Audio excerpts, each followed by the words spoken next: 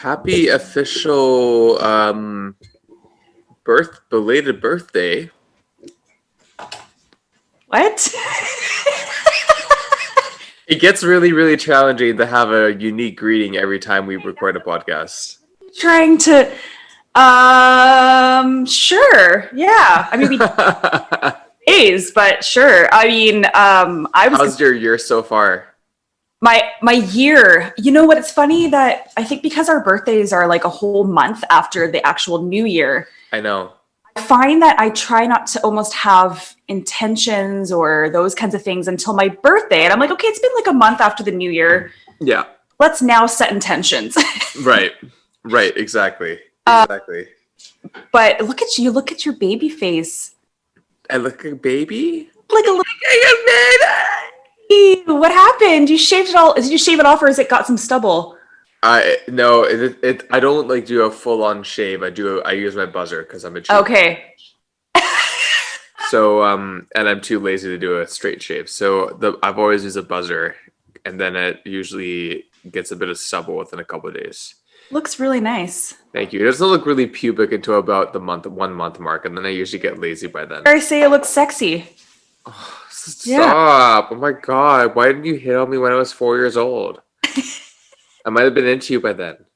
Oh geez. Oh god. Okay, let's change topics. This is getting weird already. What? Why? I'm having a great time so far. I just rolled out of bed, just had a shower, and now we're talking about sexual potential incest. I'm all for it. Yeah, okay, sure. Okay, what I was going to say, see, I'm already just moving on, is I guess we could say happy second day of Groundhog Day. Yeah. Belated Groundhog Day? Happy belated Granddad Day, yes. Not Granddad Day, Groundhog. That's what I meant to say. I'm so, just kind of waking up. No caffeine yet. Yeah. Yeah, exactly. Well, happy belated birthday. Holy. Probably the most redundant, boring intro we've ever done. I'm so sorry, everyone. It was not that we've run out of things to talk about. That is not what it is. No.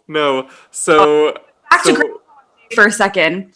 So what I think is, I don't know what word you want to use to classify this, but let's just say interesting. I don't want to poo-poo the United States this early in the morning, but interesting that the groundhogs in Canada said early spring, and then the big one in the States said more winter. So, I mean, how characteristic is that? That is so funny. That is so funny. And you know what? Also, speaking of speaking of exotic animals, I was walking down Granville and Howe last night. No, Hornby. Hornby? It doesn't matter. Whatever. I was walking down Granville Street last night, and I saw an owl. I saw an owl right downtown in Vancouver on the power line across from Pacific Center, and it was an owl because it was turning its head in 360, and it was the coolest thing ever to see an owl, and not to see an owl like in Richmond, which is where they usually live. Like to see an owl downtown. Yeah, that's pretty rare, actually. I wish I had a Pokeball. I wanted to catch it like a Noctowl, which is a Pokemon from Pokemon Gold and Silver. I wanted like Pokeball, go! I want to take it home with me.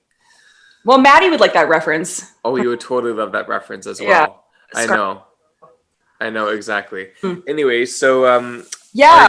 So is there anything else you want to talk about before I introduce our guest? Really, it's middle of the week. I'm already tired. So I'm good. Just you take it away. Take it away. So our guest, I am really excited to learn more about because I actually haven't met our guest in person before, but I have been corresponding with them for at least a couple years because Saskia Wedding is her name, which is an awesome name. Gives both of our names a run for their money. And I wanted to have her on the show because she was actually going to get me involved with a studio that no longer is open anymore to teach for her. And then when I looked at her background and so forth, I saw she's a fitness teacher, primarily spin, bar, and Pilates. She's also a model and she's also an actress. So she kind of is one of those examples of someone that is hustling and working really hard and doing multiple things at once as a self-employed, boss woman, basically. Oh yeah. And a lot of the time we talk about, our former industries of yoga teaching and the side hustles, but we haven't really talked to someone that is a teacher or an instructor that's teaching basically full time and that is also balancing the other parts of self-employment.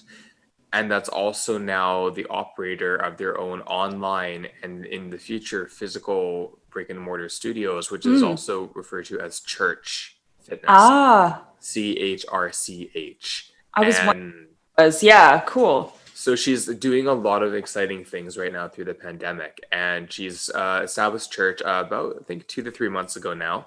And I've been in communication with her about teaching on that platform because we were gonna meet for this other studio that I think might still be in Calgary. I haven't done my research, but it's called the Sweat Lab, and that was also in North Vancouver, close to your old studio. But it opened up after your studio and you had moved. But it was open for a few years, I think. That's familiar sounding. And I know Saskia's also a dancer. So she's a wonderful, I don't know what type of modalities, but I just was watching on her Instagram channel.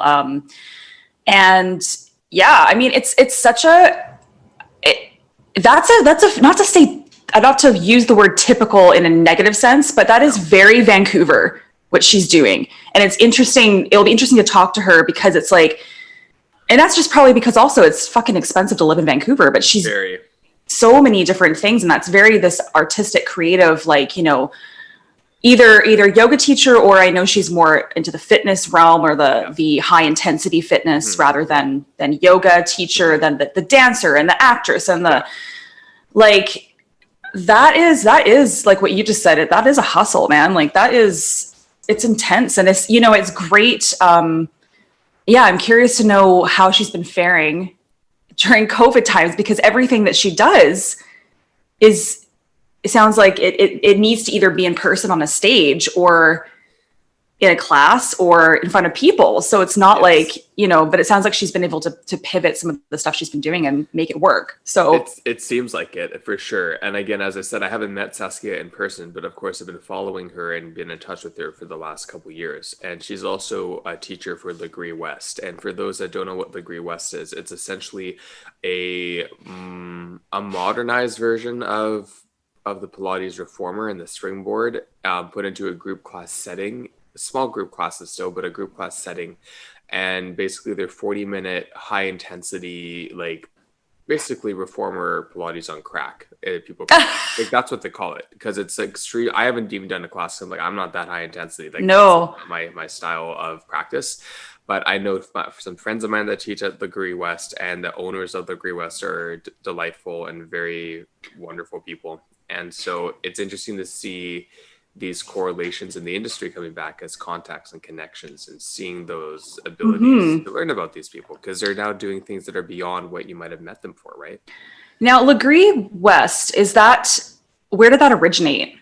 I think the Legree method, I think originated in Los Angeles, if I'm not mistaken. Okay, that's what I thought. Okay, because it's like, I feel like I just knew it was a much bigger picture than just Vancouver. And I knew that coming to Vancouver, people were like pretty stoked because that was, a kind of a popular, or I don't know. And of course my judgmental brain goes like, fuck, that place. All I can think of is like super expensive and like, I don't know. It's a premium boutique. But but you know what though? I understand what you're saying. It's a high intensity premium, upper middle class, if I dare say so, fitness trend.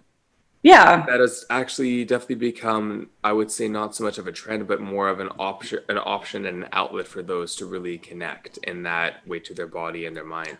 Look at her display photo. Oh my God, that is fierce. Oh my God, hello. Holy cow, Saskia. Wow, that reminds me of like when I was 10 years old in Vegas and I got a photo with showgirls, and damn, it's very Vegas showgirl. I love it. Photo. And she's like, I don't know what you're talking about. We were just talking about your gorgeous photo. Your display photo for Zoom. It's like a headdress with like blue feathers, and so we were like, "Oh my god, that is gorgeous." I don't know why.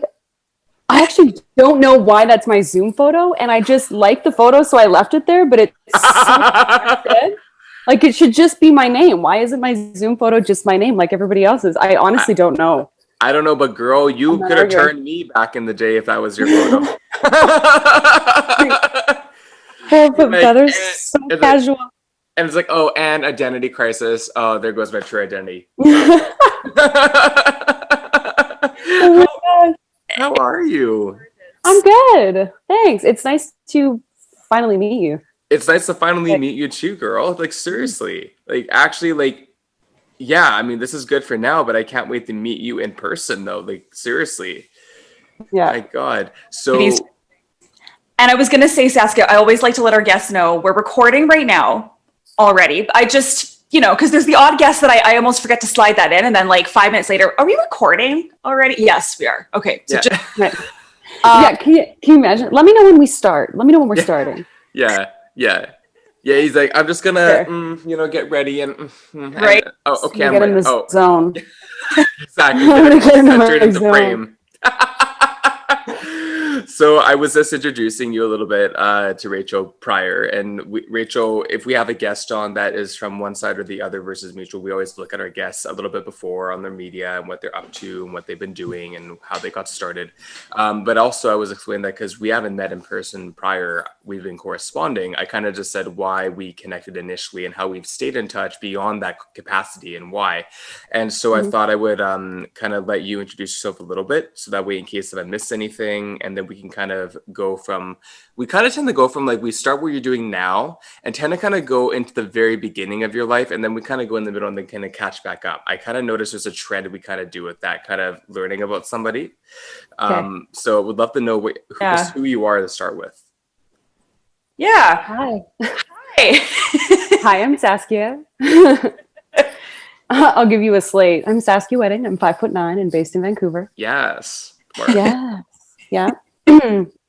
Right now, I run an online fitness platform called CHRCH Fitness. It kind of runs off an app, and we do headphones. We do spin, circuit, Pilates, barre, and yoga in like on-demand and live classes, which has been pretty cool. We launched it in December, and I'm mainly doing that right now. It's been pretty cool. Other than that, I'm an actor, so I kind of have two things going on, I guess. January has been pretty quiet for that, but those are the two things I'm currently doing. Amazing. Yeah, that was a really quick overview. No, it's and I was saying to Hero, like, because you're both just talking about how many things it seemed like you were juggling maybe at one point in your life, and like just yeah. Just an observation. And I was also just saying how I feel like that is a very I feel like it's a very Vancouver thing to do, especially if you're in more of the creative or the arts. It's just like, you gotta fucking hustle. Like, we swear sometimes on the podcast, so go ahead and swear. Nice. But it's, yeah, I mean, that's very, because just Vancouver is a bloody expensive city, like I said. So I guess what I was wondering is how, we're just going to dive right into it. How has the pandemic changed for you with all the things that you were doing? Because it seemed to me like all those modalities where a lot of them were in front of people, right? So yeah. And well, go ahead. That's a good question. I guess, and it's so crazy now that we're in February, because it would have kind of hit us about this time last year. And I remember how Hero and I kind of met was I was managing a fitness studio called Sweat Lab. And this time last year, I was running that studio. That's what I was doing. And then it ended up closing a couple weeks pre-pandemic. And I remember thinking, oh my gosh, this is so catastrophic. And that was like January. And then the rest of 2020 happened and like really hit me in the face, you know? Mm-hmm. So in terms of that studio closed, no spin studios are still even able to open. I also teach Legree Fitness. So talking about multiple modalities, I teach Legree, and that's a separate studio. So that studio was closed. The entire production community closed. Nothing was filming. We all kind of did nothing and sat in our butts until May, and then Legree reopened. So I spent most of the year teaching tons of that because it was the one thing as a low impact form of fitness that was able to open, Right. which is amazing. Super lucky. I got really lucky in that sense that I had plenty of work and I loved teaching it. And then in terms of production and on the acting side of things, the shift was that when you go to audition, we couldn't do it in person. So all of a sudden you've got, we're setting up backdrops. I've got lighting and everyone's buying ring lights and, what kind of camera do you have? And can you do your self tapes at home? And you're sending them in. And that was that shift that happened on the audition level. Right. Which I actually prefer. That must be less nerve-wracking because you're not in a like hallway with 30 different Yeah. I'm just gonna make up a character's name, Laura something. Like I don't know, but yeah. Yeah, there's 4 different Stacys and we're all sitting there eyeing each other in the waiting room. Yeah, you're not sizing another up. You can kind of be in your own zone, and you can choose when you hit record and when you hit stop, and take as many takes as you want. And you don't have to. I mean, part of this goes hand in hand with doing the artist hustle of working 1,000 jobs.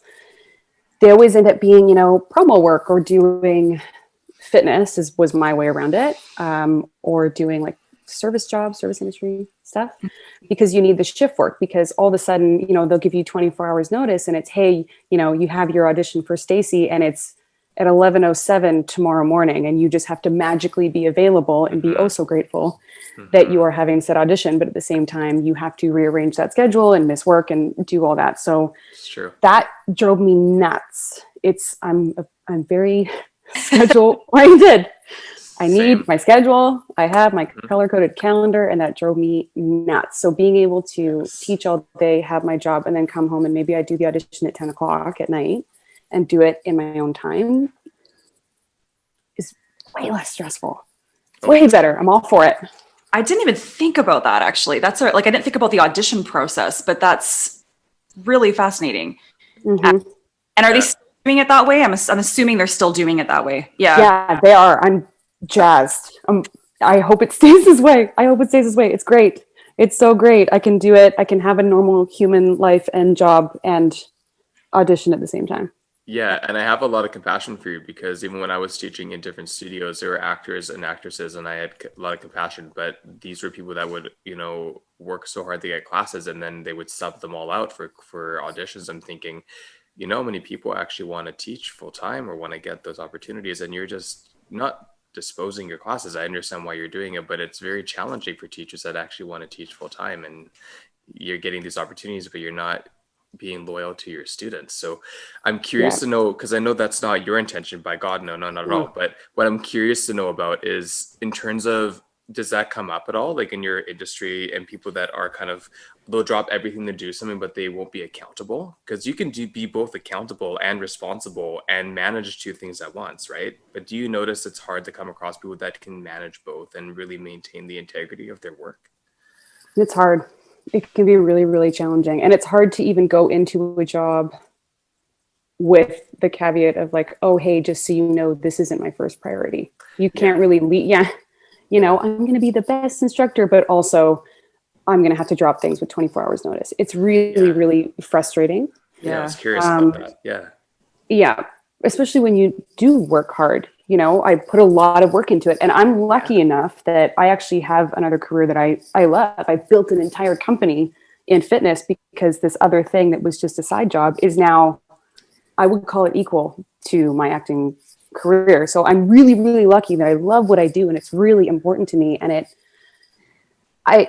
drives me nuts that I have to drop full classes in 24 hours notice, because I know those people move their schedules around to make my classes. Right. I know they do that. And I found the only way around it with my clients is just to be honest about it. They all know that I'm an actor. They know that I work really hard, and they know that it's frustrating for me, and they know that I wish that I could be there.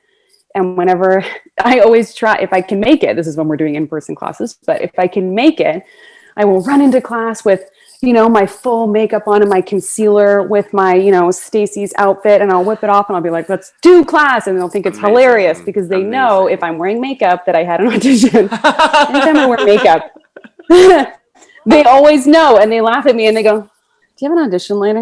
I'm like, yeah. And then we laugh about it. And I'm as honest as I can be about it. I try and really balance. I think that's just, I mean, you're saying lucky, but I'm just going to toot your horn. I think it's smart. No, it's smart. Like you were I mean, yes, luck is also that. No, but it sounds like you're a good businesswoman and you're a business person, and you know, you're smart that you've done that you had like almost not like a backup plan, but something else. Because we've talked to a couple people on our show who didn't have that necessarily, and they are literally twiddling their thumbs at home, and they're performers. They're doing, you know, things from drag to whatever it may be, that they just that's that is their thing. And you know, that is very difficult. What I was going to ask is just because you're talking about the audition process and then just the things that have changed. So just an interesting example, I have a friend of a friend who's a nurse, got into building a business to test actors and people on the set. So she's one of the that goes and does COVID testing. Sorry, I should have said COVID testing on sets. Her fucking business, I'm not going to tell you the dollar amounts that she makes, but she just has found this like niche, and it's just incredibly successful. So I guess my question is, when you go now, are you having to get, I'm assuming you're having to get tested when you go on set now, or how does that work? Yeah, absolutely. Not even, you get tested before. So for example, my first time on set, I spent 2 days on set for a show in December. Okay. Right. Might have been in November. And I had to go out to the production studio, and their whole testing thing was set up. I went, it was actually the first time I'd been tested. I was really nervous. Yeah. And I got tested before I even went in for any kind of fitting. So before I encountered anyone that was on the production side of things, I went in, I got tested, I got my negative result. And then I went in and got my wardrobe fitted. And then I would have gone in again after that. And then I went to set. So you get tested once, if not twice, before you even get to a set situation where you're surrounded with people. Wow. Which is, I felt surprisingly safe. I felt really, really confident in their entire process. I was impressed with it. Yeah. And even, you feel bad as an actor because, I mean, I can't wear a mask while we're filming. So it makes it kind of a dicey situation. You know, we put our masks on in between takes, if you can, depending on how fast things are moving. But you've got people coming up to you, doing your makeup and like fixing your hair. In this one particular situation, I had a hazmat suit on. I had a whole outfit on with like the full headpiece with like this fan coming in and like this whole suit that had to be kind of maintained, and we're running around and people have to come up to you and touch you, and it's their job, but you know that they're also putting themselves at risk and they don't know you. So it's, I felt really confident about my experience with it. Wow. That's all I can say about that. Yeah, bizarre. It is, right? It is so bizarre. Yeah. Bizarre. It's good though. It's good to hear that. I felt good. Adapting. Talk about adapting though, right? You know, how like the show must go on. Like it's actually a perfect metaphor. The show must go on. And this is exactly an example of what you just said that you had to experience to continue having the show continue.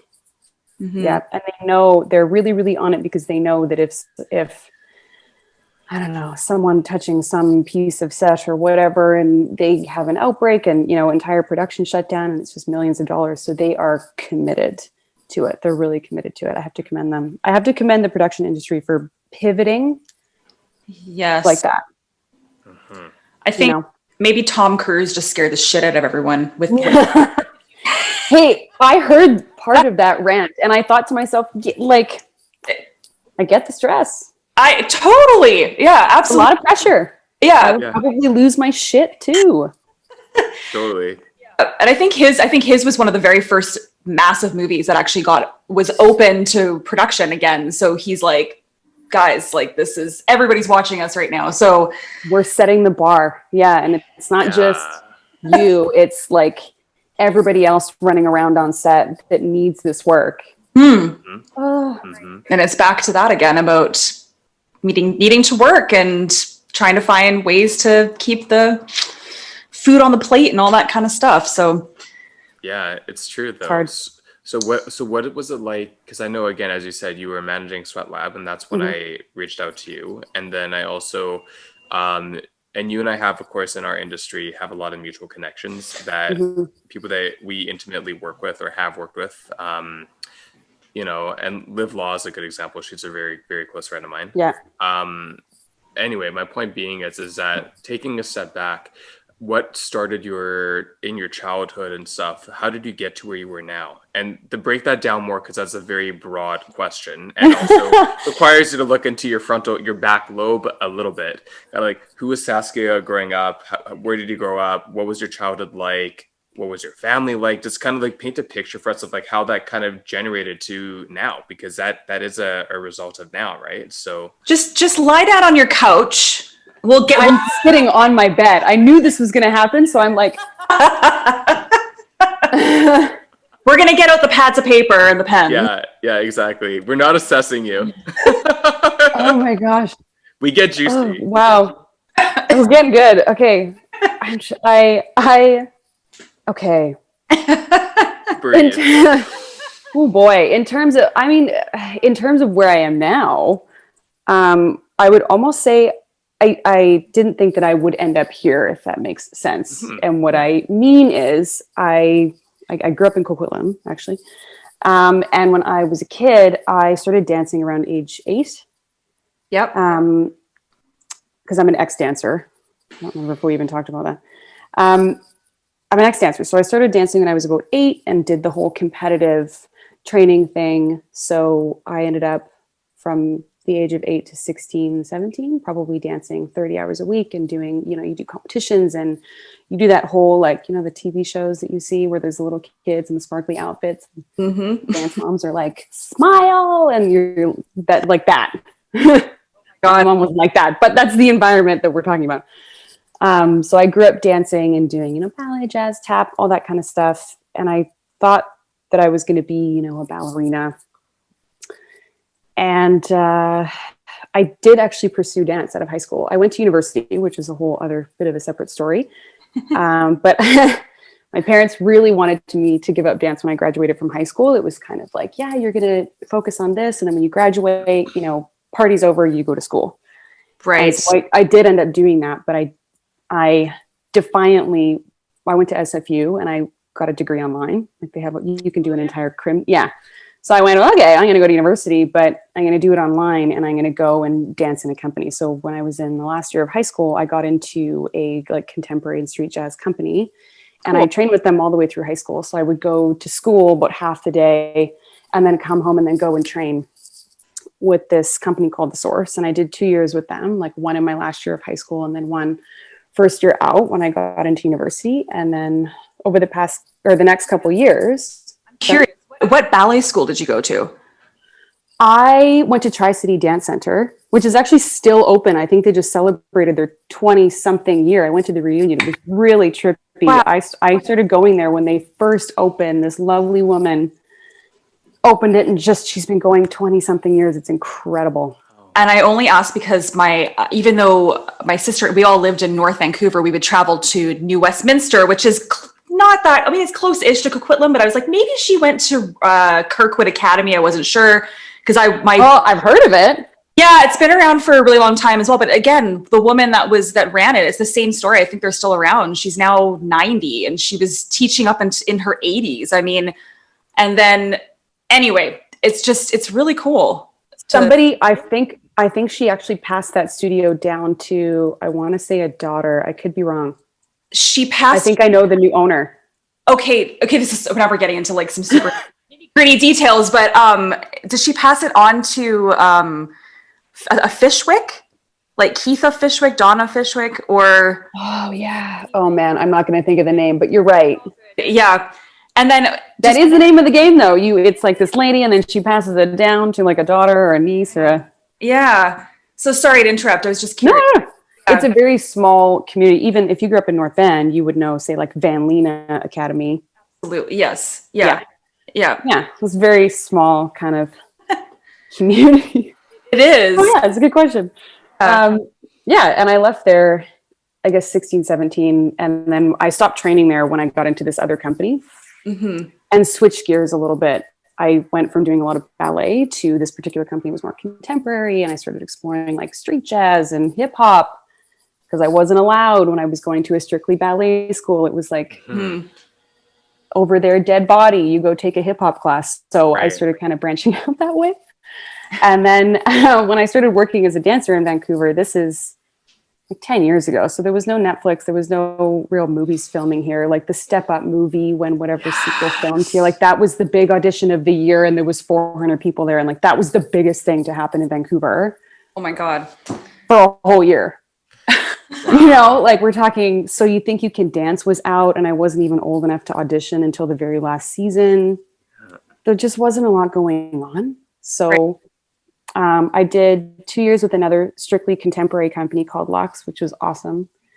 And we trained for the year and then put on a show in Vancouver. And then I started doing like music videos and stuff. That's the biggest thing that happens here is music videos.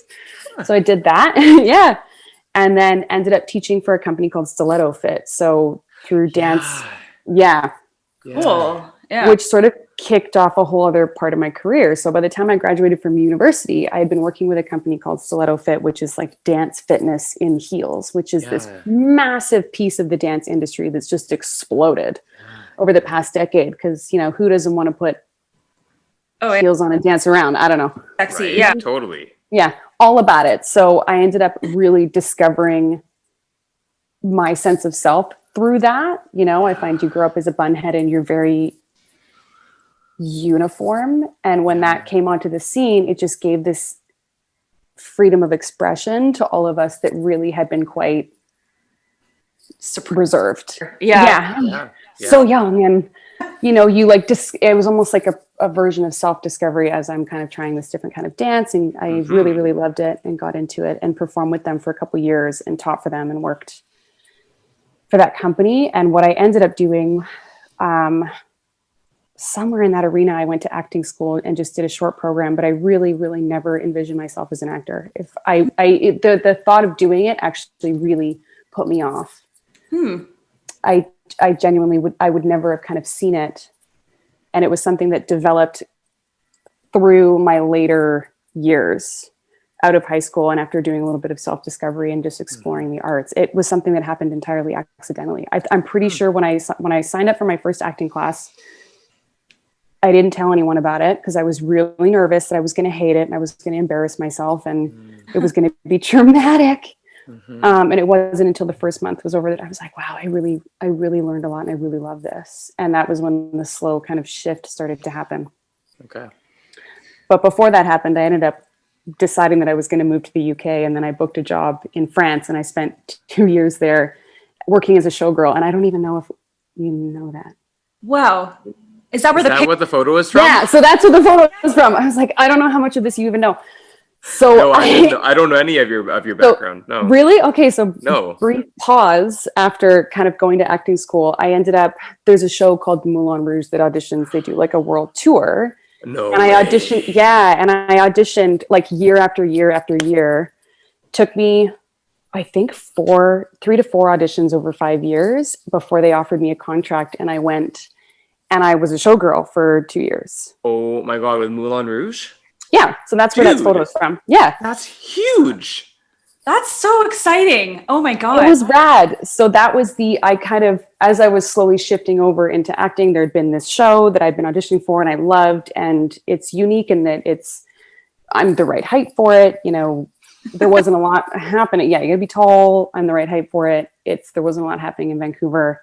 And it was just, as a dancer, it was so my dream to do. And then I finally got the contract for it. And I was totally floored. I was really over the moon about it. And went and lived my dream for 2 years. Wow. Did that end up like kind of helping you launch more into acting? Like because putting that on your resume and blah, blah, blah, like getting back to Vancouver. And I'm just guessing. Yeah. Oh, it was definitely on my resume. Yeah. I think it also helped me get a great agent that I love when I got back home too, because I came home and I immediately, I think it was my first meeting with an agent that I had, and it was like, yeah, this works great. Sounds good. And that was it. So I got an agent immediately when I got back home, which was cool. Made things a lot easier. Awesome. Yeah. But I loved it. So I ended up, the more I shifted into acting, it was like, oh, but this thing happened. And so I went and I lived that dream. And then by the end of my second contract, I just really knew that I was good with it. Like I hit a point with that career where I went, oh, I'm never going to be able to top this. But I also know that the show doesn't change. So it's, once you've learned all the different parts of the show, you either just get comfortable doing the same show 12 times a week, or you decide that you're going to shift to something else. And I just, I had my dream. I lived my dream. It was awesome.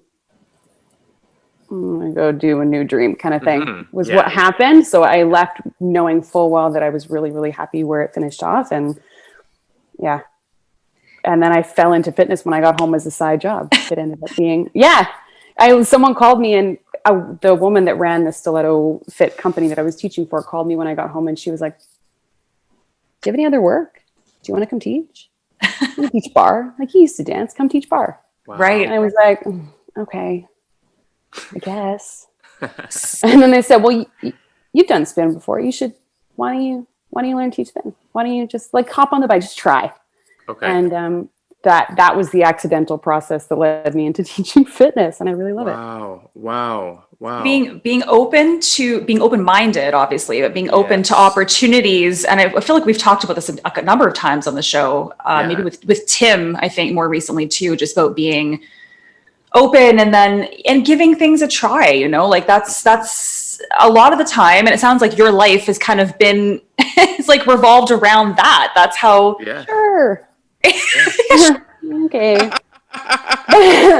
When I got the whatever. But all the time, because especially in our industry and in Vancouver, like you said, you're doing a whole bunch of different things, a bunch of different jobs, and you just give everything kind of a try. And if you hate it, then at least you know that you don't want that, and then you go and try the next thing. So if you don't know what it is you want to do, I had this conversation with a girlfriend earlier. She didn't know what to do. And I was like, if you don't know what you want to do, just try a whole bunch of other things. And then at least you'll be really confident that you don't want this over here. Oh, that's just it, though. Figure it out. You're exploring, you experiment. Yeah, of course.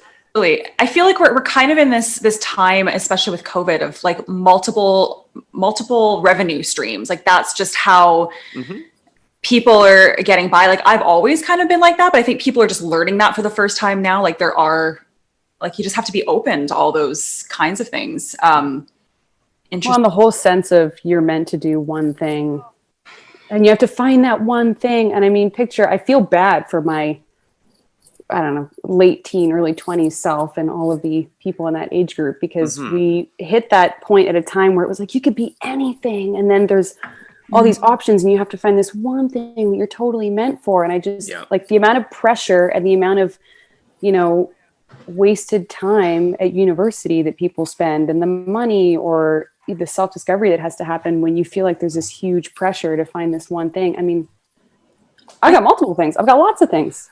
I think that's going to change. I think that was because of our parents, right? The generation and their parents. Yeah. And there's no such thing. I mean, it's very rare nowadays to see or hear someone who's been in their job for like 20 to 30 years or like more, and the same job. Like to me, that's my nightmare. I know. Me too. But I feel like hopefully now the kids in the next generation, I feel like because they'll have parents like us or that are a little bit older, I don't know. Maybe that's going to end. I'm not sure, but you never know. It really depends, I think, on entertainment, technology, exposure, media, and news outlets. Because I mean, look at us. Because I think Saskia, I think you and I. It's funny. I have a trend of saying this to our guests, but I think you and I are in similar age range. Yeah, like I'm like late 20s. Yeah, I'm 29. Oh, you're 29? Yeah. I just turned 29. I'm gonna be 30 this year. Oh my God! When's your birthday? June. When's your birthday? June.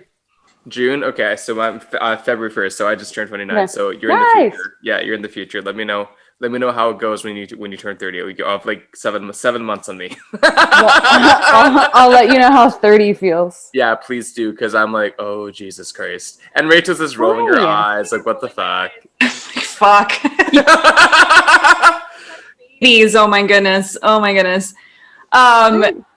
Yeah, it's all good. Enjoy it. Although it's funny because I was talking to Hero about, because we both had birthdays a day apart from one another, just a couple days ago. And I was just saying, because you're talking about on the cusp of 30, and I was just saying, not to scare you, Saskia, but like for some reason that was a pivotal, like, oh my God, like I'm an adult now. Like there was something about, I don't know what it was about that 30. Like once I got over 30 and then like the years, I'm like, okay, whatever, I can handle this. But I don't know what it was about the, like leaving the 20s, going into the 30s. I don't know. Oh, like I'm an adult now. Yeah, like there's Yeah. weird. Yeah. Well, because when you turn 20, like you're finally out of being a teenager, but you're still a young adult figuring shit out. And then when you turn 30, in terms of like, I guess, psychological terms, and that could change for the generation that's 10 years younger than us. But I mean, Us, yeah. I love how it's like us. But it's interesting when you look at like people who are, like I think when we think about 30s in our mindset, we kind of think, fuck, we're adults now. Like there's no more, we once were teenagers in chronological time frame. Like we're actually 30 moving into like our peak, I guess, right? It's go time. So here's my thoughts on 30. I'm really excited about it. Okay. Because I'm really excited about it because I think that I'm not about to be like, it gets better with age, but I'm trying to think of a like colloquial way to put this. It was such a arc of like discovering who I even am. Yeah. It just lasted forever, like into my mid 20s. And now that I'm like figuring it out, I've got a couple fun careers and experiences under my belt. Have done a lot of really amazing things, but I have a much stronger sense of self. And because of that, I'm so much happier. Yeah. Mm-hmm. And I'm excited for the point at 30 where I can start, I'm not putting my foot down, but just being more comfortable with being like, yes, I like this. No, I don't like this. Yeah. I want to do this. And just being more comfortable in my own skin. And I don't know, it seems so silly to think that putting a number on it is just going to make that easier to do. I think it's still going to be a really long growth process. Mm-hmm. But I'm excited for the really strong sense of self that I see comes with just being so confident in who you are. And that comes with the really awkward years of the early 20s. Oh, I'm jazzed about it. I think it's going to be incredible. And I think part of my perspective comes with my husband's quite a bit older than me, not quite a bit, but 36. So he's like later 30s. Watch what you say. Yeah, not old, just quite a bit older. No, I don't know why I phrased it that way. Has some more life experience in terms of how long they've been alive. Yeah, I'm totally I phrased it that way. Kidding. I tell him he's young all the time. He says that he's old and he's like, oh, I'm old and whatever. I'm like, no, you are not. But as a result, he's very just settled in himself. And I am jealous. And yet he found you and you found him. And he's like, I don't care if you're jealous. Get in me. Come here. Let's make something happen. Yeah. What heterosexual couples say to each other.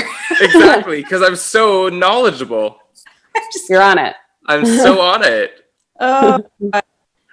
Saskia, I do understand what you're saying. And I think it depends on where you are in your life. You know, when I was 29, heading into my 30s, I was still a bit uncertain, right? Yeah. So it was more just, for me, it was like, oh, fuck. Like, really? Yeah.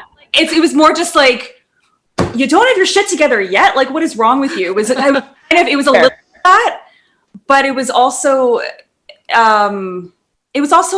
like almost like, okay, you hit this milestone and you're supposed to have your shit together. Like there was that was more what I was thinking, I guess, in my mind is like, that's fair. Right? But I like your way of thinking better. Well, and like nobody has their shit together. No, God, no. You know? No, we're always just trying to like just get by.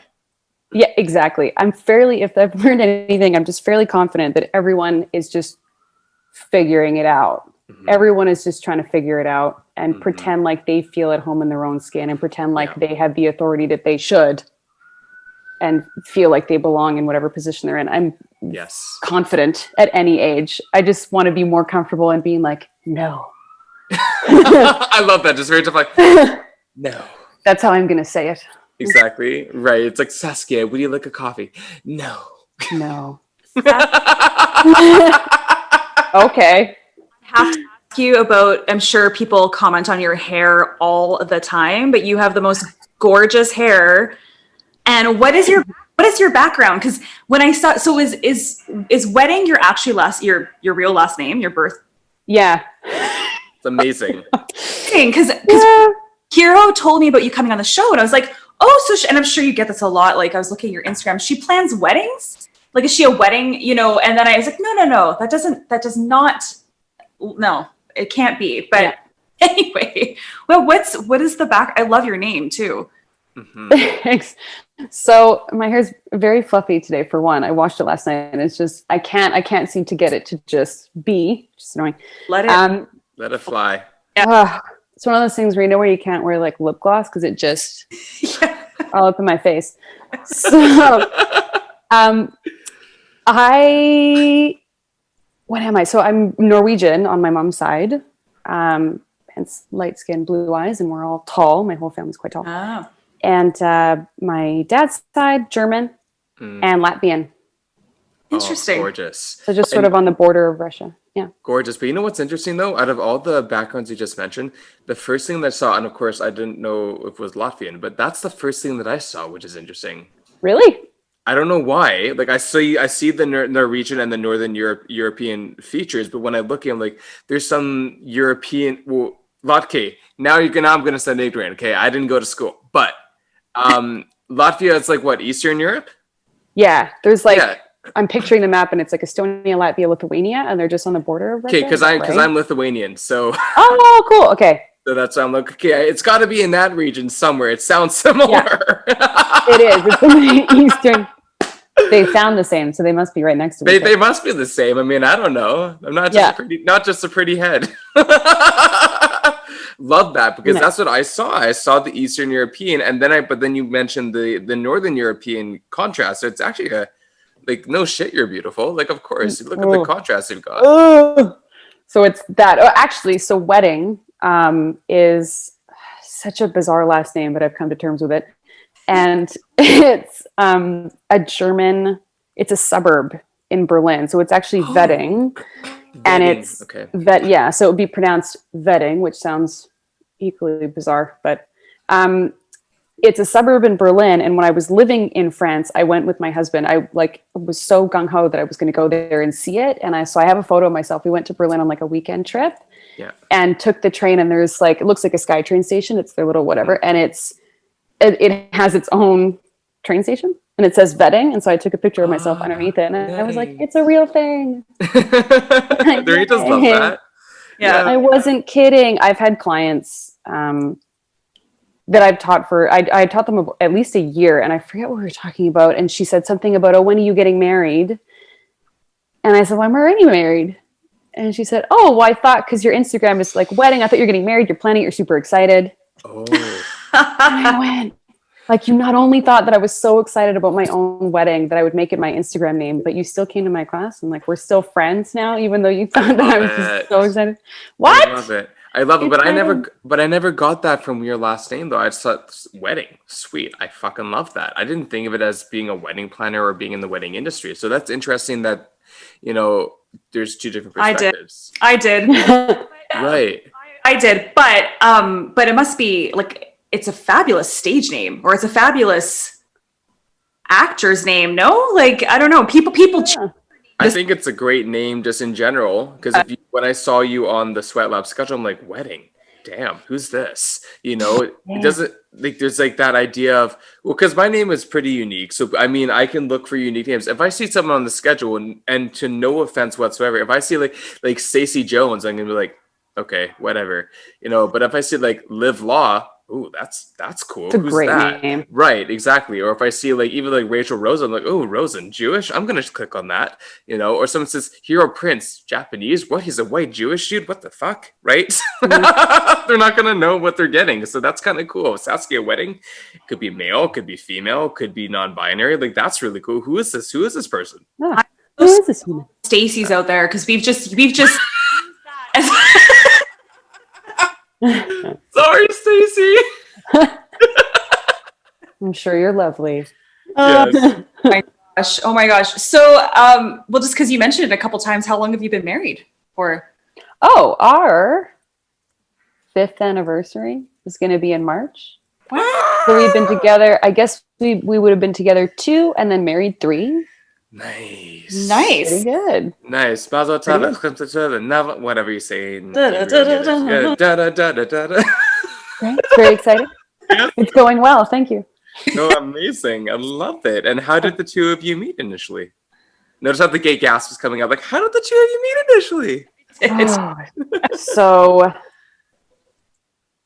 I met him. I had moved to London first before I moved over to France. And I got a job at working as a receptionist at a gym, kind of like the Steve Nash equivalent in the UK. And he was a personal trainer there. Oh, he's British. So he grew up in Brazil. Oh. And he's going to be so uncomfortable that if he hears his name. Is he there? So he grew up in Brazil. And then he moved to the UK, like right out of high school. He actually learned English in the UK. So he moved to the UK and learned English. Wow. Portuguese is his first language. And he was in the UK 10 years. So long enough to be a dual citizen. Just by a length of time. So when I met him, he was kind of on the back end of those 10 years. And we, knew each other in passing and didn't really start dating until about a week before I was supposed to move to France. Oh. So we went on we kind of just knew of each other and that was it. And then we went out and I think it's like full 7 days before I was supposed to move. So we spent the week kind of hanging out and then I left. Whoa. It was the shortest in-person relationship ever. So we did 2 years back and forth. I shouldn't say back and forth. He came to France every 2 weeks for 2 years. Whoa. Yeah. Wow. And we did our entire dating relationship was that. Wow. Yeah. It sounds much cooler than it is. It's basically like dating someone in Whistler. So it's like the perspective on it sounds very exciting. Yeah. But that was the way that we did it. And then when I finished, by that time we'd been dating, I guess it was just under 2 years. We got engaged and then we decided where we wanted to live. We ended up coming back to Canada and getting married. Oh my God. So was it kind of, did he propose to you or was it more of like, we really love each other. We want to make this happen. And like, why don't we get married? Like, was it like what kind of, I think it was a little bit of both. That's fair. I think it was a little bit of both. Yeah. We knew because of where we were living that we really needed to make a decision. I think one of the great things about doing sort of a long distance relationship is that you really have to know what you want. You have to communicate, you have to plan. And by the end of it, when I was deciding where I was going to go, and there was never a question of whether or not we were going to be together. And through those conversations, it kind of was like, well, I mean, we're going to be together forever. So there was no big aha moment. We just turned around and I realized, well, this is pretty much forever. So that we just kind of knew, and we ended up, we went to one of my favorite little, this antique store south of the Seine in Paris that sells these lovely Russian dolls that my sister always had when we were kids. And they also had these lovely antique rings, and bought one. And then he proposed when we were walking home there's a bridge called, it's called Pont de Carousel, and it's right across from the Louvre. And so I picked a ring out, and then as we were walking over the bridge, he proposed. Oh my God. Well, I don't know that I ever really told that story. Oh my God. Thank you for sharing it and debuting it with us. Wow. Oh, your 2 favorite Jews. Thank you. Yeah. Oh my God. I love it. Yes. So that was how it happened. And then I walked into the Moulin Rouge for my show that night, and I was like, hello. Yeah. Amazing. Amazing. And everyone's like, Saskia's on fire. Yes. I love everyone that. was like, oh. Yeah. Oh my God.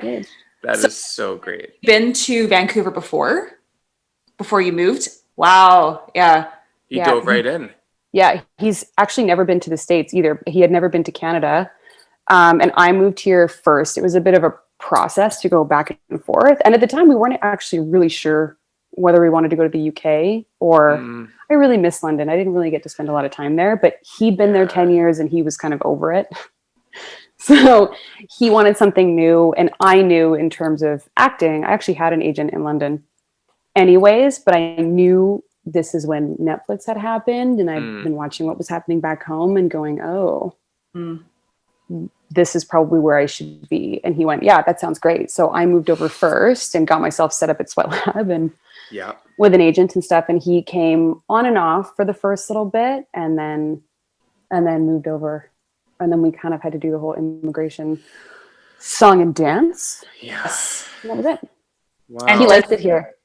Good. And now I'm just like, what does he do? What is he? Is he still a personal trainer? Yeah. What's he doing? I know, you're right. Poor guy. He's quiet. He's not a camera person. I can't even get him I want him to teach for my own platform, and he's super quiet guy. But he doesn't do as much personal training anymore. He does jujitsu. Oh, Wow. Oh, My brother-in-law is like a black belt. Is he a black belt yet? I know that takes quite a long time to become a black belt in jiu-jitsu. My in-law was big in jiu-jitsu in Vancouver and now in Vernon, because that's where I live, Okanagan. But what gym is he a part of? Do you remember? It's actually in North End. It's called Roll. I know Roll Jiu-Jitsu. Yeah. Yeah. Okay, my brother-in-law knows him absolutely because and I'll say his name. His name is Jason Crichton. So you can ask. Oh, that sounds familiar. Because Jason, I think Jason even might have taught one class a week there a little bit before he moved here. So anyway, that's funny. Yeah, we will. Go ahead. Sorry. When he moved here, and he didn't know what he won, and it's kind of crazy. So he kind of found the nearest gym, and the owner happens to be from Brazil as well, a different part. Oh, great. But they kind of bonded, and it's like, can I speak Portuguese? You speak Portuguese? I don't know. Yeah. So they became friends, and it was a nice little community. Nice. Oh, it's so great. Because it's stressful. Yeah, it is stressful. So is he established in the jiu-jitsu community now in the North Shore? Yeah. Amazing. Yeah, he's done a really good job. That's awesome. Love it. Yay. I love it. And one thing I wanted to ask about as well is because, of course, when I got to connect with you, I was looking to join the community, which was Sweat Lab, and I was kind of taking a sabbatical from teaching, and I was trying to transition, and I was just like, I'm so over this, basically. And I'm curious to know what it was like for you to be part of a studio, and from its opening, its inception, and kind of just through the process, of course, of you becoming more involved with it, and then all of a sudden it's like, okay, nope, sorry, like no more. You don't have to give a full detail, of course. I realize that, but I'm curious to know a little bit about your experience with that, and what was your internal and your external experience, right? Like, it's not just about teaching, but it's also like your own inner psychology of being part of a brand and then representing a studio. What was that like for you? It was all such an accident. I really fell into it without even realizing. When you make one small decision at a time and all of a sudden you turn around a year later and you think, So, which clearly is apparently how I live my life in general. But it was such a step-by-step self-discovery, I remember I had taught a lot of dance, but was always really reluctant to teach. I don't know why. I've never particularly interested me, even before I had moved overseas. And when I was at Moulin, actually, they used to ask me to teach dance classes because we had a studio in the theater all the time. And I was always like, yeah, maybe, like, I'll teach, sure, I guess. And it was like pulling teeth. So I think being part of a brand from its inception and going through that whole process was a really great guide in that sense. And it made it less about me teaching and a little bit more about the greater company and how we were contributing, which maybe made me a little bit more comfortable to try it out and be part of the team and do it as a team, and we could do it together and build something. And maybe that was what created the space a little bit for that growth, or for me to even really be open to it. Cause I did it really reluctantly, even with teaching spin. Like I didn't want to do any of those things. And then I accidentally, learned that I really, really love it, but it was a slow process. And I think that being part of something from the beginning was what helped. And the owners were just lovely humans, absolutely lovely humans. And they really supported us. And That's awesome. being part of, the community as it grew was a hard process, getting the name out there and growing. And we're teaching, I remember teaching 2-person spin classes as you're getting something off the ground. Yeah, absolutely. Being like, all right, 45 minutes, you and me on the bike. We're full out with feeling and growing. Head on. And we're like growing it. Felt like an unbelievable accomplishment. Yeah. So that was amazing. And the community that we built was incredible. And then it slowly veered into when I started managing or taking on more responsibilities there was an entirely different pivot because I'm not into business management. I've never been, it was probably the first time where I'd actually had, I jokingly call it an adult job. It wasn't. Yeah. I had a big kid job. Yeah. I'm looking at numbers and hiring and training and doing the thing where you are actually the face, oh no, now it's you. Now you're the person who's there. And that was a lot of pressure. I really loved it. But that shift was hard. And people are relying on you, right? That's the shift of like, it's not like you said, it's not just you, but it's other people are relying on you now. It's not the other way around, which is you're the middle manager there. Yeah. It's crazy. Yeah. Yeah. All of a sudden, especially in fitness in particular, where you're an independent contractor. So it's not that employee, the relationship is slightly different. Yeah. So, I'm used to, as an independent contractor, being like, okay, well, this doesn't work and this and this and this. And we can kind of be like, I need these things as a contractor, or I can just go teach somewhere else. There's that freedom. And then when you manage and you're an employee, all those people, all the past yous of the world turn around and they're looking at you and going, well, what do we do for this? Or this doesn't work. And I'm going, that's back to you. Yeah. It's so true though, right? So true. I can't believe it's almost been an hour already, but as we kind of start to wind down, I want to ask about your new platform. Because this is what I want listeners, people that are watching, I want people to know, because this is what you're doing. This is what's, current, so tell us a little bit more about CHRCH. So it is a multimodality fitness community, would be the one sentence fits all, but it was just really my way of pivoting and being able to take all of the things that I teach along with a couple other, because I don't teach yoga or circuit, but really a full spectrum of opportunity and taking it and transitioning it into an online medium. And we've done it through an app, which is really, really lovely and quite easy to use. So it's all the pre-recorded videos, and then we have live classes, which I'm finding are what people actually need. And I know this because I'm this person where I'm lazy at home. I may teach fitness, but I'm very lazy.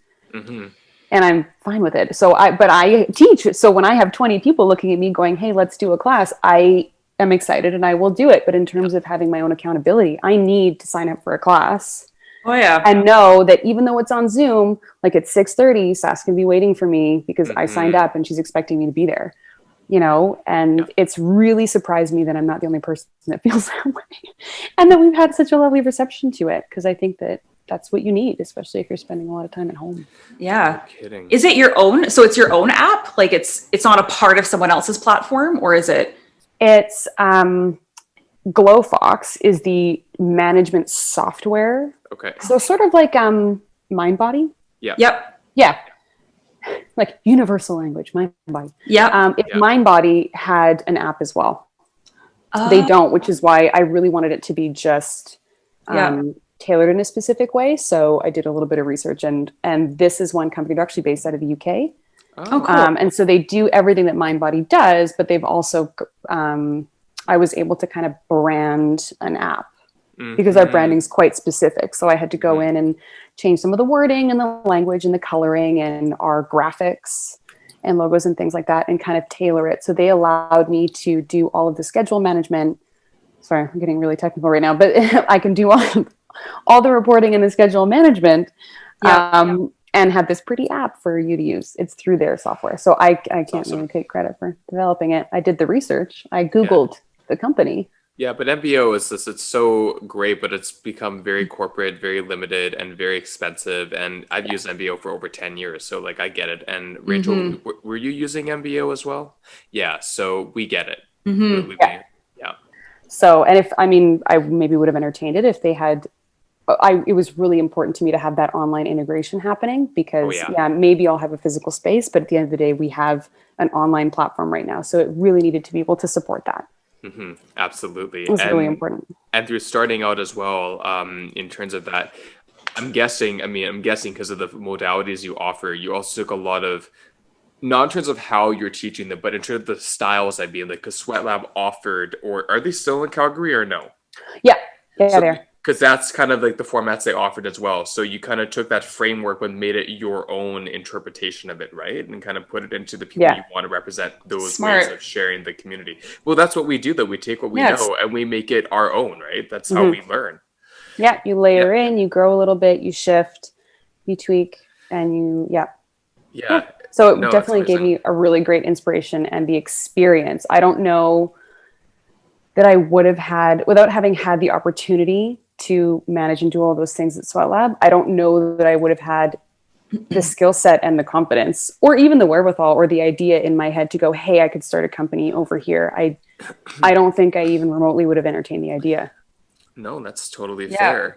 That's fair. And it's been around for a few months since December. So what have you noticed? Because of course I know like on your social media, like, oh, we're adding classes, Mm-hmm. this modality was so and so, this combination was so and so. What do you see for church for 2021? What do I see? I'm noticing that people do love the live classes, so we added more in. Hmm. Um, I would like to build it and grow it so that we really have a solid schedule of live classes. I want to build the community through Zoom, but in person and still maintain the connection. I think that's what's most important is that we have personal connections with these people and we can see them and interact with them. And so far, like the way that it's been growing has just been lovely. And seeing, 15 people racing it out on a spin bike has just been, it's incredible. So I think that I would love to see that grow and really be able to add classes in and maybe add a little bit to the team. I want to make sure that we give equal opportunity and diversity in representation of the team. That's really, really important to me.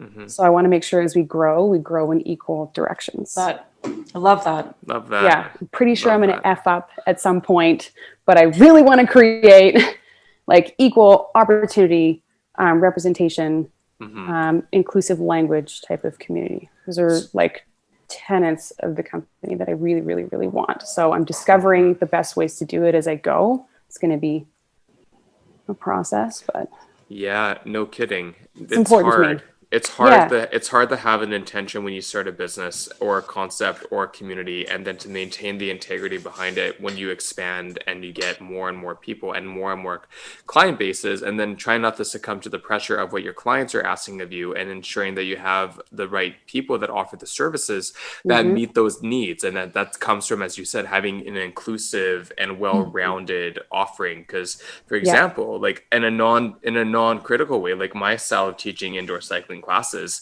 is not the way that anyone else teaches them, from what I've seen at least. But many people have connected with my style of teaching indoor cycling classes, and there's no representation of that in our community at all. And I'm like, I want to share my way of teaching spin and blend the modernity with the classic of it too.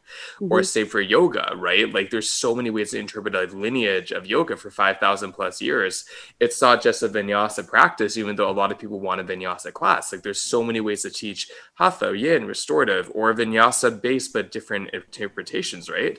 Same for Pilates. There's power Pilates, there's classic Pilates, there's therapeutic Pilates. Yeah. And I can imagine barre has very similar interpretations as well, though I don't teach barre.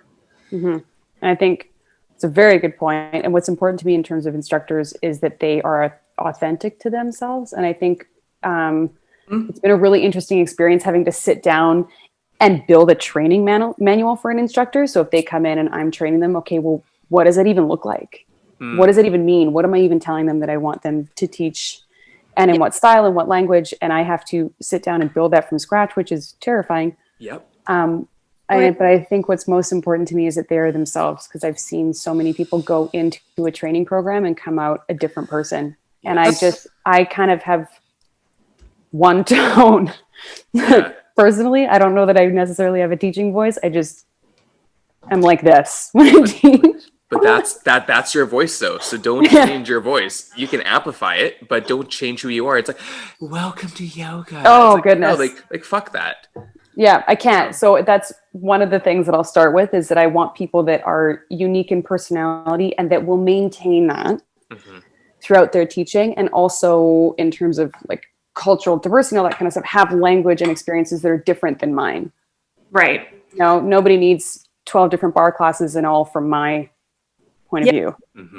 Absolutely. Well I remember said. doing yoga teacher training, and we had a segment where we all had different books open, and we were told to read certain passages from a book in different tones and like different, to find your yoga voice. And I'm like, it was just right. I won't tell you. I won't tell you where I went, where I did my teacher training. It was a number of years ago. And it's a fairly reputable, established place. But anyway, yeah, it's funny. Like I look at it now and I do laugh. And I did have, I don't know, Saskia, if you knew this, but I did have a small yoga studio for a couple of years in North Vancouver. I knew that. Yeah. Mm-hmm.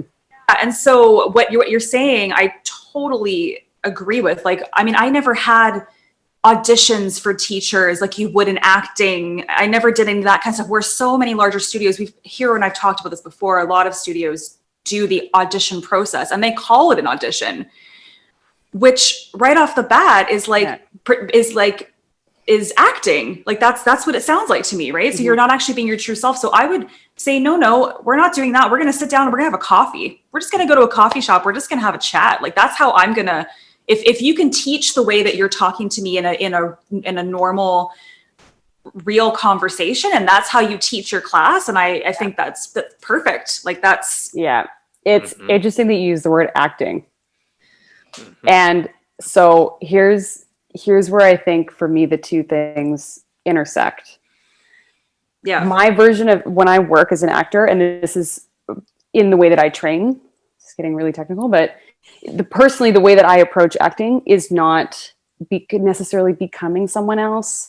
And it's not using my personal experiences to, move a scene forward, etc. So there's a couple different ways you can go about it. And the way that I was trained that really resonates with me, it's totally different for everyone, is that you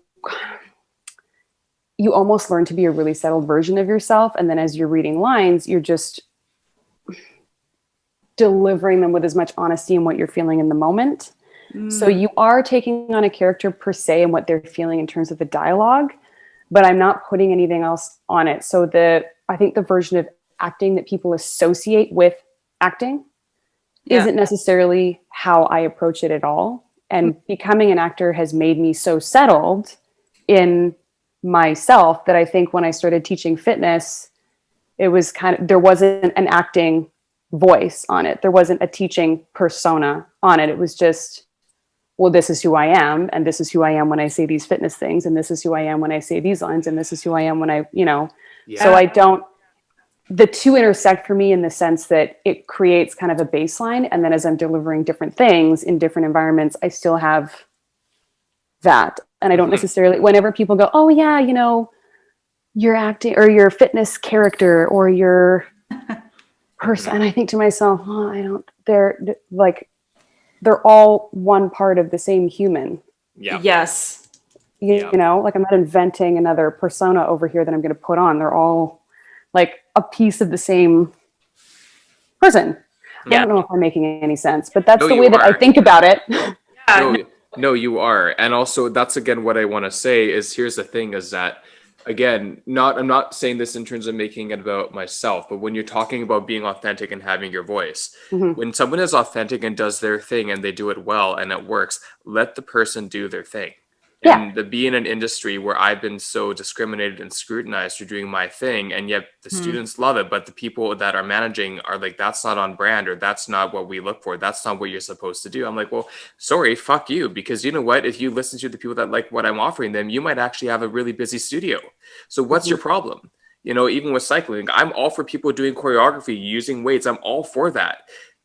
That's not how I teach. I take the energy of that environment and I put that into the people's physical bodies and they get the same experience. So what's wrong with having diversity and not being a boring classic outdoor training spin class, but not being a high octane soul cycle? Like, where's the middle ground in spin, and where's bringing the yoga spirituality into that, where people get more than a physical experience? And I'm thinking, like, you're missing out. And same with yoga. Like, I don't just teach a power class. I teach like a good yin yang Pilates yoga fusion. I put all the stuff together to bring hero. You're missing out. So it's interesting how we have all this diversity, inclusivity in our yoga and fitness and movement communities, but at the same time, people get short-sighted in terms of missing out on real people and real opportunity. I think that happens when you build a business and you have a mission statement. You've created. We'll go back to a brand again. You've created this, and this is because I was like, I wasn't in the way that I wanted teachers that were on brand, but I created something where I'm like, this is where I want it to be. Like, you kind of have to have a bit of a framework. Yeah, you do. Yeah.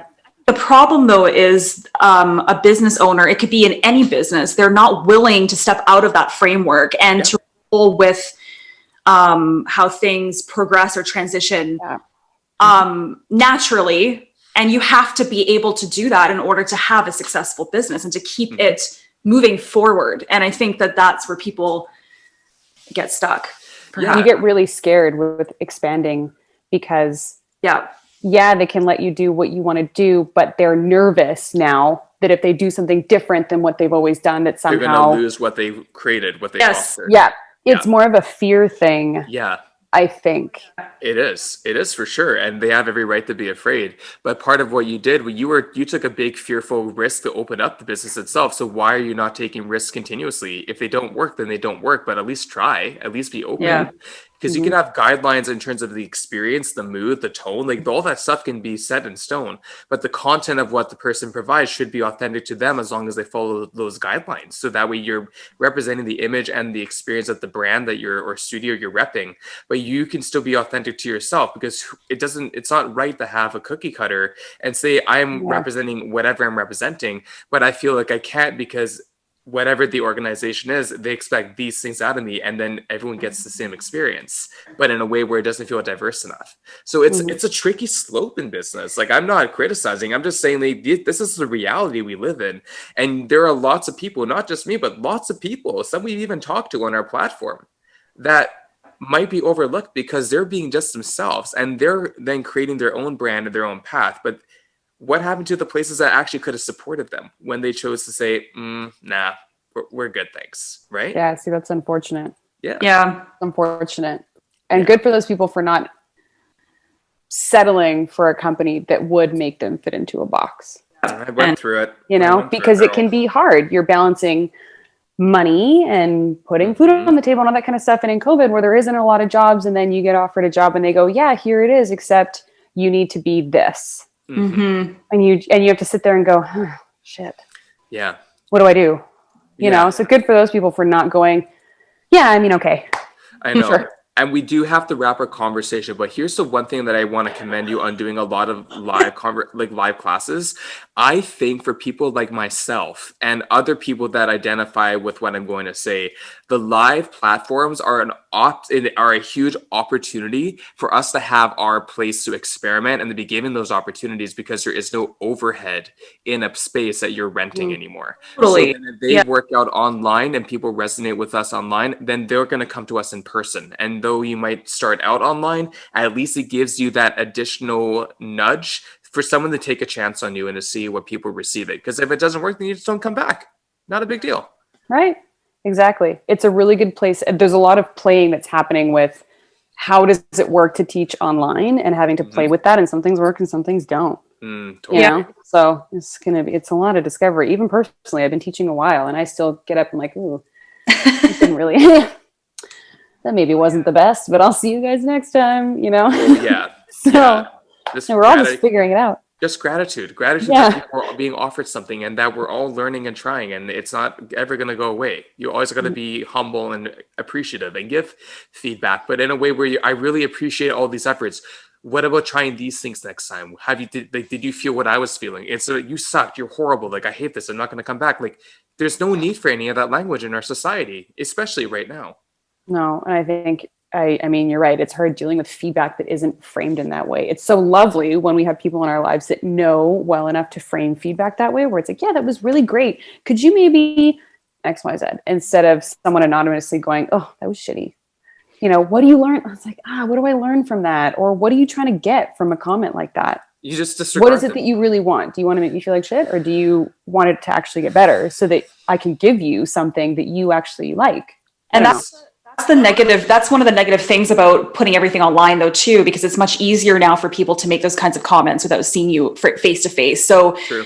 Yes, there's a lot of great things that are coming out of this, but we have to also be mindful that this is an easier platform for those that are trolls and those that are, going to make those stupid comments. But exactly, absolutely, it's really, really easy to sit back and do something like that.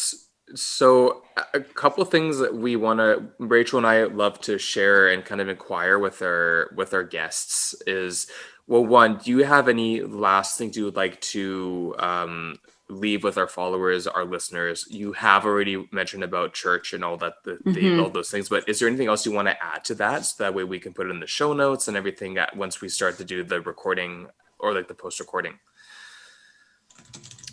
In terms of About Church, if you want to check it out, you can download the app. That's great. You send me a message. I'll stick you in a class if you want to try a live class.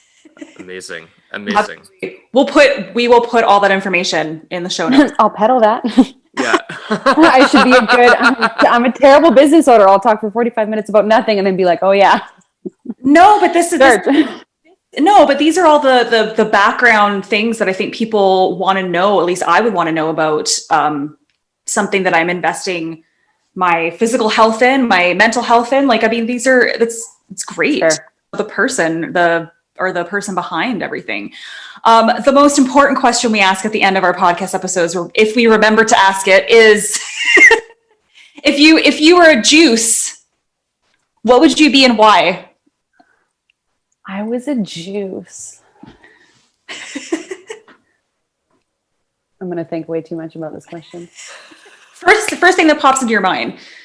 Well, the first thing I thought was, does sangria count if it has juice in it? Yeah, it totally counts. Yeah. That totally counts. Is that okay? I'm not really a juice drinker, except in the summer when I buy juice to put in my sangria. Yes, perfect. A little bit tropical, a little bit feisty, a little bit tipsy, a little bit dizzy. Something, yes. First time we've had an answer. Really? Yes, totally. I love it. Yeah, totally. All kinds of answers, but that's that's into it. That's getting real juicy. It is. Right. It's a good question. It was so nice to meet you, and I just thank you for giving your time to us, because it's a lot. Even though I know you look comfortable in your bed, so. I'm in bed.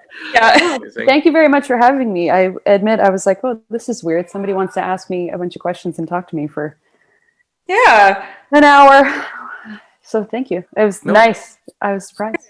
Oh, good. Well, we aim for that, and I'm so glad to finally meet you. I would love to connect with you once we're finished this conversation, and thank you for your time, because I know that you were scheduled to teach a class, and I'm really sensitive to that. So thank you for embracing your inner lazy cat. Always. Oh, God. Always embrace the lazy cat. Awesome. Thank you both very, very much for having me. You're very welcome. Have a good rest of your day. Have a good day. Thanks. Bye. Bye.